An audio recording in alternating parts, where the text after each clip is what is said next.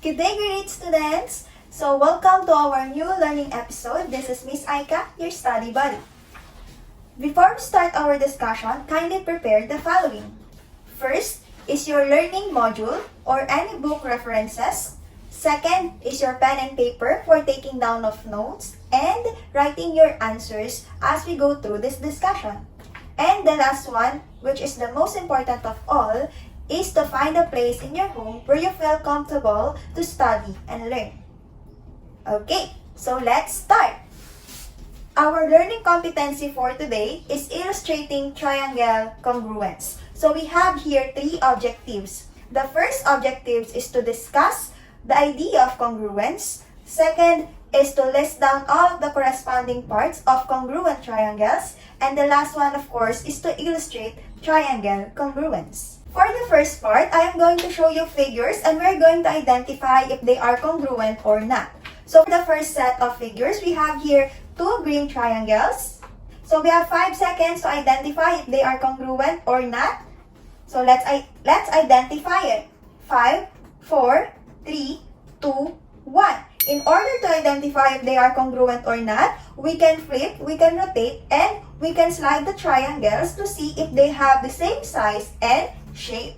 So let's flip it first, then slide them. And, okay, we have congruent triangles. Okay, for the second figure, we have another set of triangles, the orange triangles. So, we have 5 seconds to identify if they are congruent or not.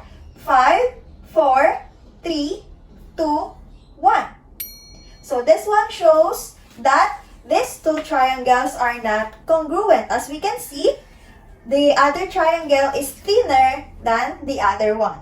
And for the last set of figures, another orange triangle. So, we have here these triangles. So, 5, 4, 3, 2, and 1.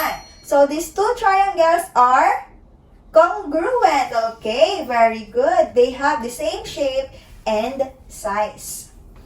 Congruence means having the same size and shape. We use a congruent symbol which looks like this as a symbol for congruent. So, this symbol has a meaning. So, the first part or the upper part of the symbol, which is the curved one, this symbolizes that they have the same shape, or the figures have the same shape. And the bottom part, which is the equal sign, shows us that they have the same size or they have equal measures. So, don't forget, this is our congruent symbol and we're going to use it and apply it in our discussion. So, the idea of congruence is not only in mathematics or it is not only applicable in mathematics. It can be also applicable in our daily living. For example, the paper bills. So, pag nakakakita tayo ng paper bills, di ba? Magkakasing haba sila, magkakasing laki sila. So, same shape sila. Wala naman tayong nakitang paper bills na hugis bilog. Wala rin namang hugis triangle. So, lahat sila is in rectangle shape. And they have the same size. As well as the coin, if pare-pareho yung denomination nila. So, halimbawa, yung piso, magkakasing laki. Yung 5 pesos, magkakasing laki. So, application siya ng triangle congruence or ng congruence in real life. Another one is yung susi. For example, isa na lang yung natitira na susi ng doorknob ng bahay nyo. So, we need to duplicate it para may kopya or may susi din yung ibang members ng family nyo na nakatira doon sa bahay na yon. So, doon sa pagduduplicate, kahit na kaunting part ng susi na yon ang hindi nakuha sa duplication, hindi na siya gagana doon sa doorknob na yon. So, that is how we apply congruence in real life. So, now let us discuss the parts of the triangle. So, this is just a short review about triangle. So, triangle is a two-dimensional figure with 3 sides and 3 angles. So, let's say we have here a triangle. Then, we have letters A, B, and C. So, it is a closed figure with 3 sides and 3 angles. Okay, there we go. So, we are going to identify here the vertices of the triangle, the angles of the triangle, and the sides of the triangle. So we are going to name them all. So first is the vertices. So yung vertices, yun yung mga endpoints ng ating closed figure. So we have there the point A, point B, and the point C. At yun namang ating angles, we can name it as one letter or using one letter or using three letters. So let us first use a one letter. So we have here angle A, angle B, and angle C. And for the sides, we name it using two letters kung saan nilalagyan natin siya ng guhit sa taas, which symbolizes a segment. So we have here this first, so this is the first one. We have the line segment AB or simply the segment AB. Next is the line segment BC. And for the last one is the line segment AC. We can also read it as side AB, side BC, and side AC. So these are the parts of our triangle. Now, how can we name a triangle? We can name a triangle using its vertices. The vertices are A, B, and C. So we can name this triangle as triangle A, B, C. Because those are the name of the vertices. Can we name it as triangle BCA? Yes, kasi sabi nga po, gamit ang ating vertices, we can name a triangle. So, here are the other names of our triangle. We can also name it as triangle BCA, triangle CAB, triangle ACB, triangle BAC, and even triangle CBA. So those are the 6 possible names of our given triangle. After discussing the parts of the triangle, now we're going to have a short discussion about correspondence. So speaking mathematically, the symbol for correspondence is a line. So this symbolizes also as a line, and it also a symbol to use for correspondence. So this is read as corresponds to. Okay, there we go. For example, we have here line segment AB corresponds to line segment DE. So that's how we read it. Line segment AB corresponds to line segment DE. Or we also have here angle A corresponds to angle B. So that's how we read this symbol. Don't forget the congruent symbol a while ago and our correspondence symbol. Okay, so let us now have the congruent triangle. So how can we tell if the two triangles are congruent? Okay, so we have here two triangles and let us identify if they are congruent or not. So I told you a while ago, we can rotate, we can flip, or we can slide the triangles until they overlap perfectly. So, let's see.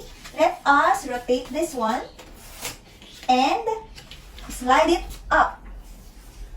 Okay, and we have two congruent triangles.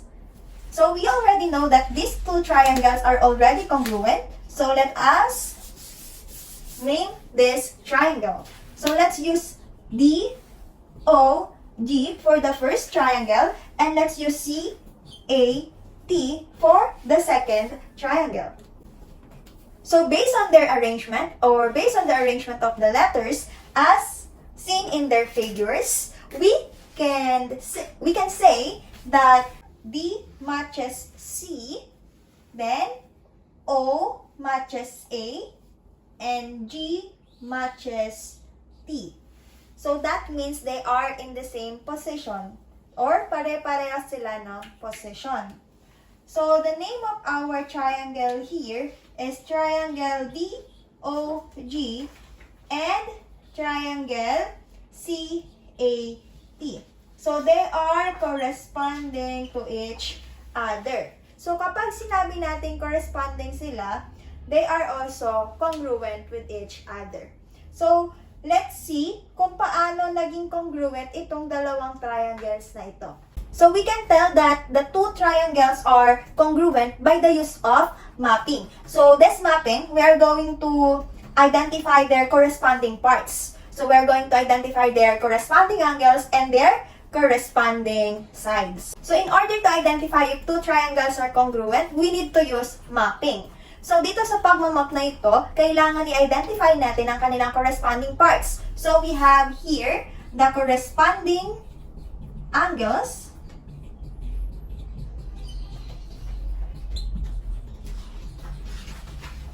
and their corresponding sides.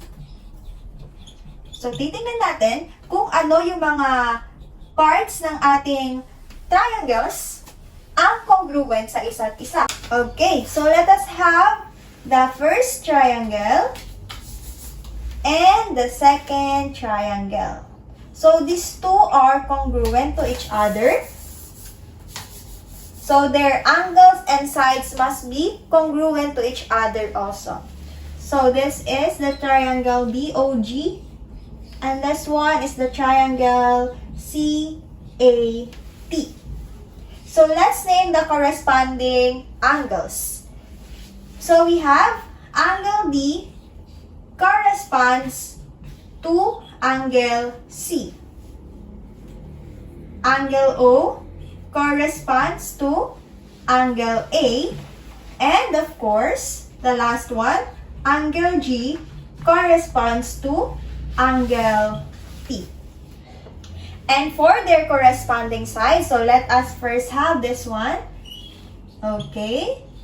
So we have the line segment DO corresponds to the line segment CA. Or simply, side OG corresponds to side AT. And for the last corresponding sides, we have here the side DG corresponds to side CT.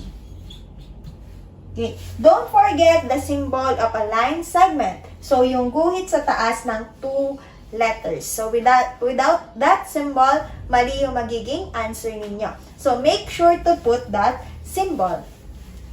Okay, so these are the corresponding parts of our congruent triangle. So the name of our triangles here, based on their corresponding parts, is triangle DOG and triangle CAT, which is said to be corresponding to each other.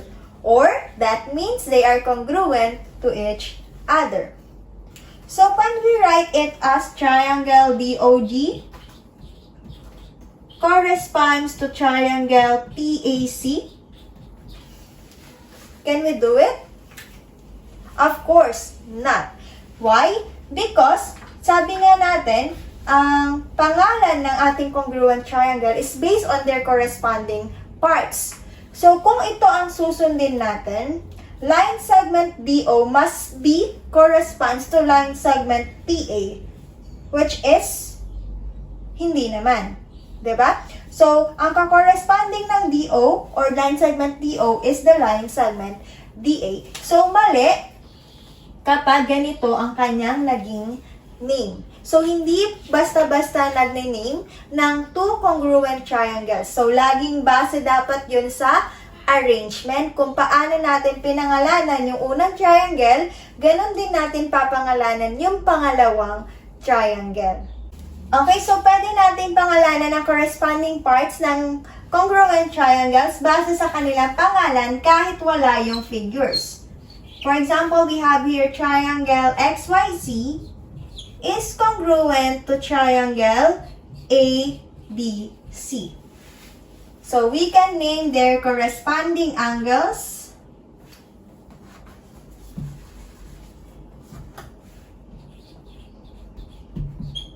and their corresponding sides. So, nakadepende sa arrangement ng letters yung names ng ating corresponding angles and corresponding sides. Kung ano yung pagkakasunod-sunod ng arrangement ng letters natin, yun din ang pagkakasunod-sunod ng name ng kanilang angles and sides. So, this one, angle X is congruent to angle A.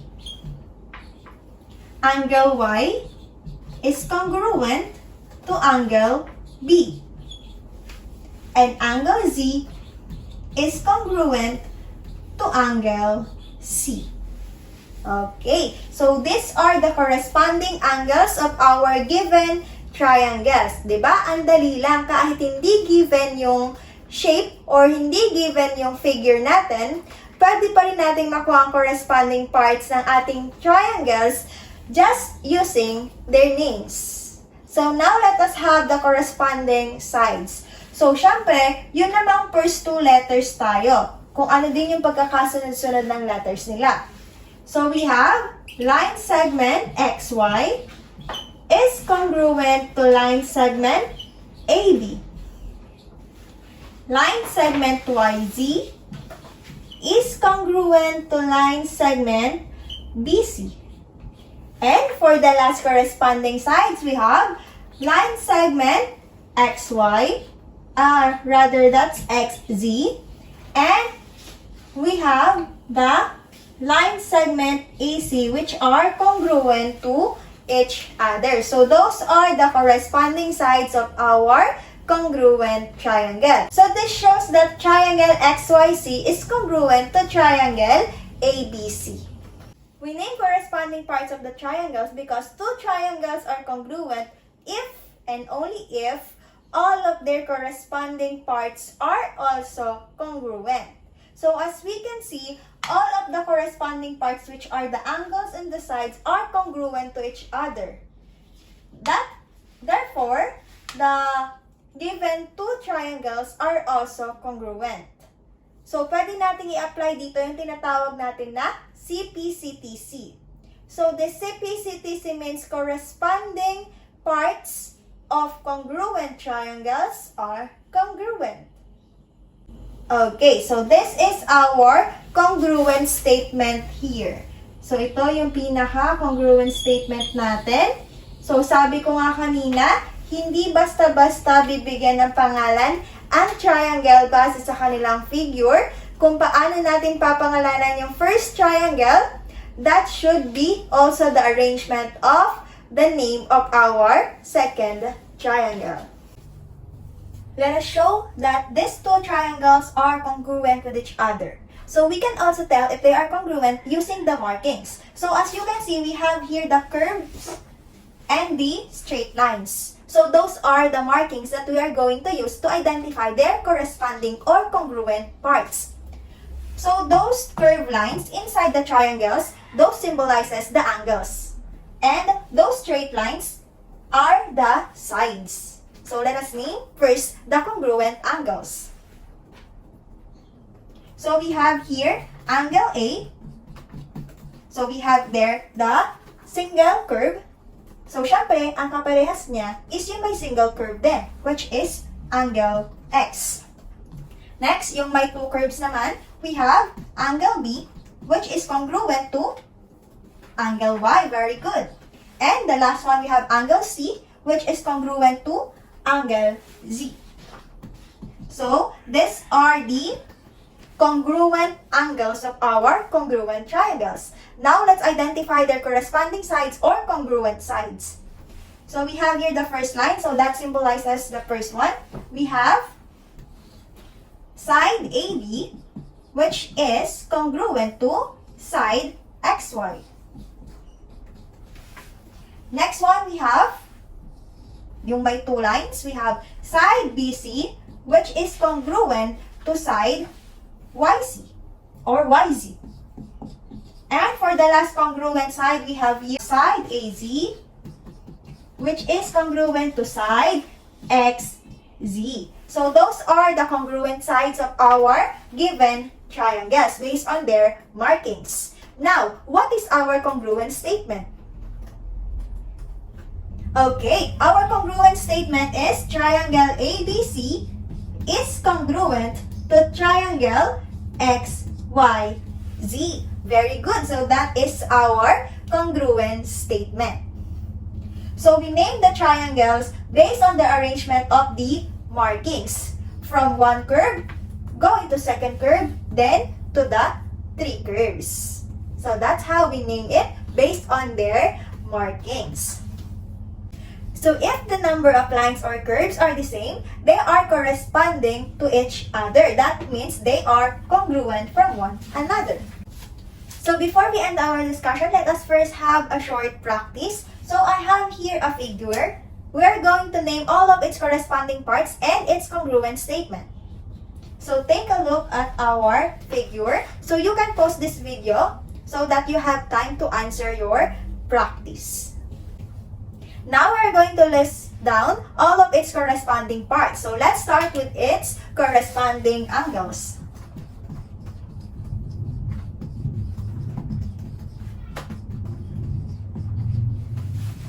So you can base your corresponding angles based on their markings. So let us first have this one. So if we see a square symbol inside our triangle, that means it is a right triangle with 90-degree angle.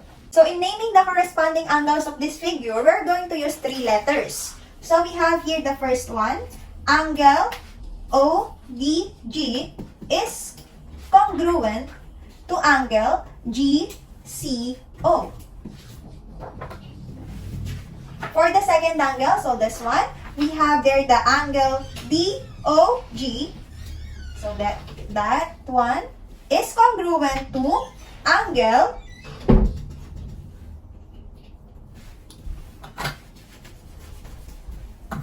So for the second corresponding angle, we have here angle DOG is congruent to this angle. So this is named as the angle CGO.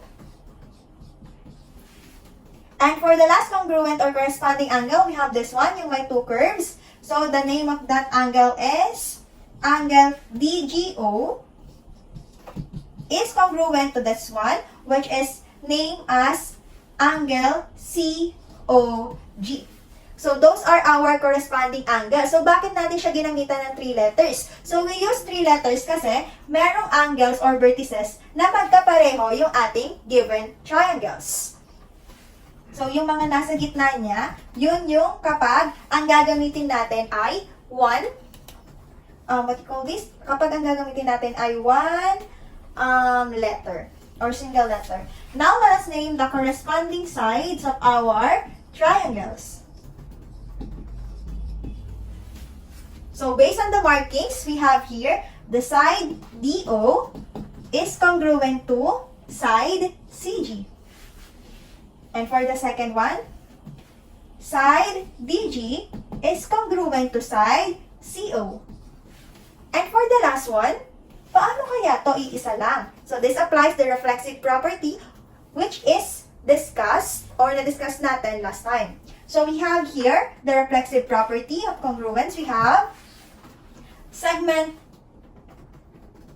OG is congruent to segment OG.